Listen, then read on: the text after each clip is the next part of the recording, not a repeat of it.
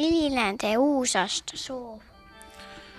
Minu soov on, et uus aasta tuleks meil õnnelik, rõõmus, rahulik ja täis turvalisust. Ma soovin, et kõigil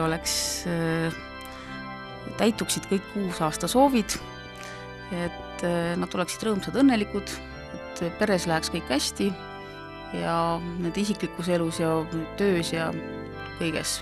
Ma räägin sulle ühe loo ja see ongi minu uusaasta soov. 4 küünalt põlesid jõulupärjal. Need olid rahu, usk, armastus ja lootus. Ja siis juhtus nii, et rahu mõtles, et maailmas on nii vähe rahu ja kustus ära.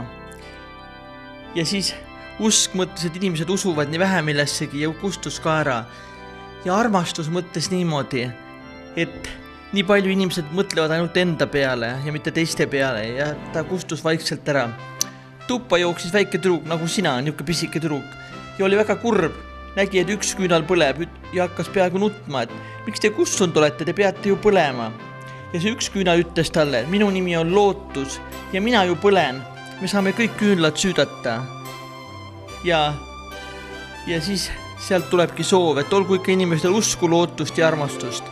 No ma arvan, et kui niimoodi suures plaanis soovida midagi, siis ma soovin, et võimalikult paljudel inimestel oleks järgmine aasta hea tuju ja hea meil. Üks kindel soov on see, et kõikidel lastel kindlasti oleks ema-isa ja et neil oleks turvaline kodus olla. See on üks kindel soov.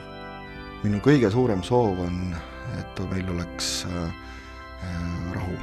Et maailm on väga ärev ümberringi. On palju inimesi põgenemas oma kodudest sõjategevuse tõttu ja ma väga-väga tahaksin loota, et saabub uuesti rahu. Et need inimesed, kes täna nende koledate sõjaasjade pärast kannatavad, saaksid oma kodudesse tagasi pöörduda ja et meie Eesti inimesed ei peaks mitte kunagi muretsema selle pärast, et äkki hakkab sõda pihta, et oleks rahu. See on minu kõige suurem soov. Ilusat alanud aastat!